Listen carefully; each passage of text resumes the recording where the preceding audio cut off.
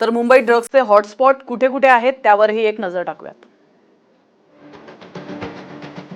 Colaba, parade, त्याचप्रमाणे Nariman point, Vandre, Juhu, Andheri आणि बोरीवली या ठिकाणी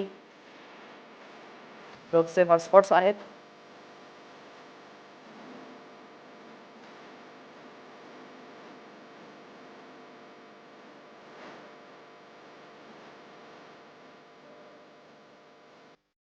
तर आता एक ब्रेकिंग न्यूज आहे। एकीकडे ड्रग्स प्रकरणावरून दीपिका, दिया, श्रद्धा कपूर या अभिनेत्री चर्चेत आल्यात, तर दुसरीकडे कंगना राणावत विरुद्ध संजय राऊत हा वाद पुन्हा पेटण्याची चिन्ह आहेत। कारण ऑफिस तोडफोड प्रकरणी संजय राऊत आणि बांधकाम पाडण्याचा आदेश देणाऱ्या अधिकाऱ्यालाही प्रतिवादी करण्याची मागणी ही कंगनानं केली आहे। कंगना राणावत ऑफिस तोडफोड प्रकरणी उद्या म्हणजेच 23 सप्टेंबरला उच्च न्यायालयात सुनावणी होणार आहे। संजय राऊत यांनी या कारवाईवर प्रतिक्रिया देताना उखाड डाला या आशयाची प्रतिक्रिया दिल्याचे पुरावे कंगनाच्या वकिलांनी सादर केले आहेत। दरम्यान मुंबई उच्च न्यायालयानं या कारवाईला स्थगिती दिली असून ही स्थगिती अजूनही कायम आहे। या सगळ्यात आपलं सुमारे 2 कोटींचं नुकसान झाल्याचा कंगनाचा दावा आहे। या प्रकाराविरोधात कंगनानं न्यायालयाचा दरवाजा देखील आता ठोठावलाय।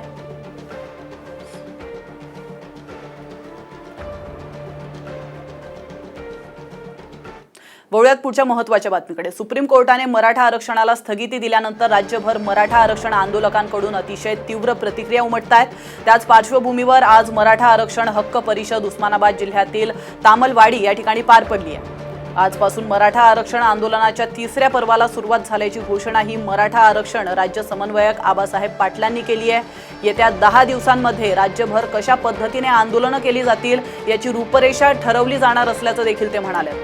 आधी आरक्षण मगच नोकर भरती ही टॅगलाईन या परिषदेच्या माध्यमातून मराठा आरक्षण आंदोलकांना देण्यात आली आहे। अगोदर मराठा आरक्षण मूक मोर्चा झाला, त्यानंतर मराठा आरक्षण ठोक मोर्चा झाला। आता जोपर्यंत आरक्षण मिळणार नाही तोपर्यंत मराठा आंदोलन 2020 या 3ऱ्या पर्वाला आजपासून सुरुवात झाल्याची घोषणा त्यांनी केली आहे।